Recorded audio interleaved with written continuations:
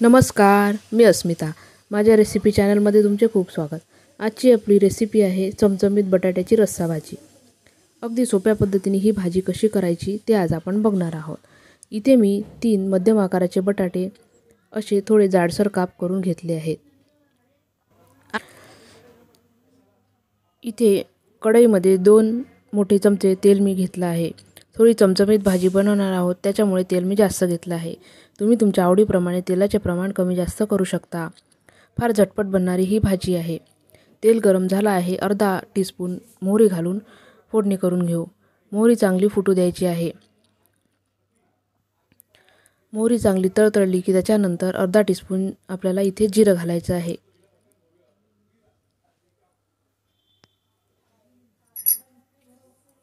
जिरं चांगलं फुललं की त्याच्यानंतर आपल्याला इथे आलं लसूण पेस्ट घालायची आहे.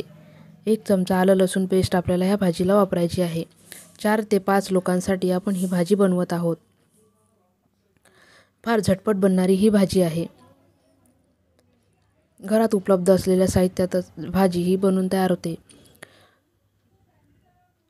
अर्धा मिनिट आलं लसूण पेस्ट परतून झाल्यावर आपल्याला 1 पाव टीस्पून हिंग घालायचा आहे.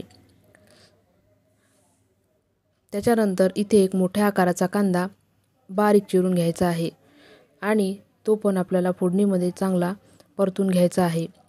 कांदा आलं लसूण पेस्ट हे आपल्याला सोनेरी रंगावर छान भाजून घ्यायचे आहेत. इथे गॅसची आच मी मीडियम ठेवली आहे.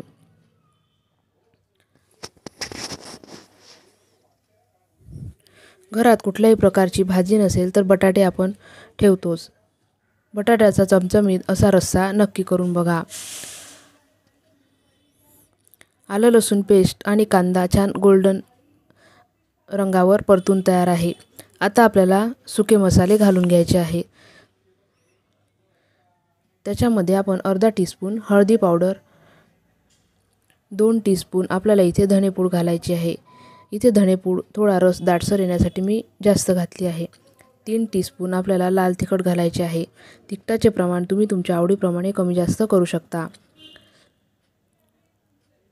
इथे 1 मोठ्या आकाराचा टोमॅटो मी बारीक मिक्सरमध्ये पेस्ट करून घेतला आणि टोमॅटोची पेस्ट आपल्याला चांगली कांद्याबरोबर परतून घ्यायची आहे.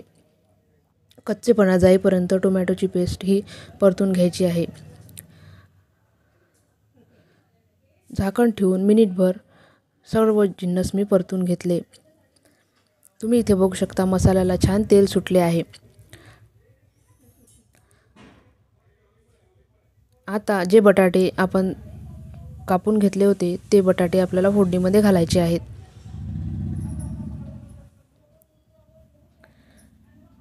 थोडी आवडीप्रमाणे इथे कोथिंबीर घालायची आहे.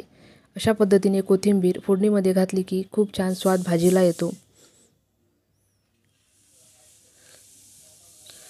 सर्व बटाटे मसाल्यामध्ये मिक्स करून घेऊ. चवीप्रमाणे मीठ घालून घेऊ.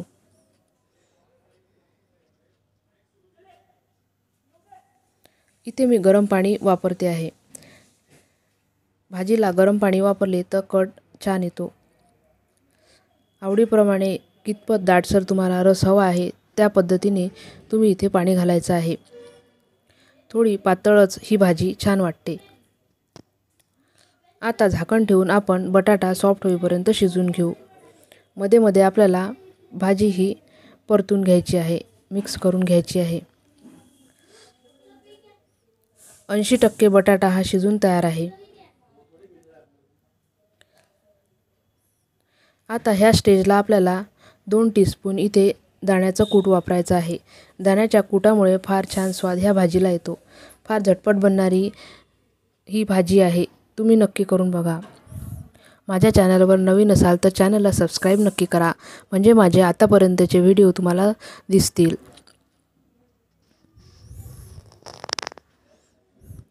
झाकण ठेवून बटाटा सॉफ्ट होईपर्यंत भाजी ही छान मऊसूत अशी शिजवून घेऊ. स्लो गॅसवर अगदी 10 ते 15 मिनिटात ही भाजी शिजून तयार होते. झटपट बनणारी ही भाजी आहे. तुम्ही नक्की करून बघा. बटाटा चेक करूया.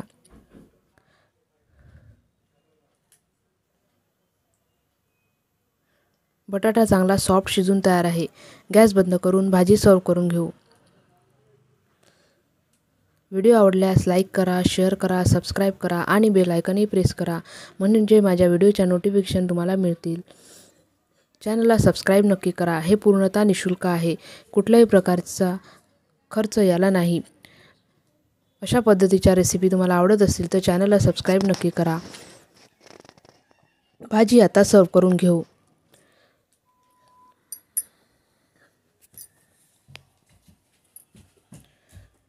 धन्यवाद.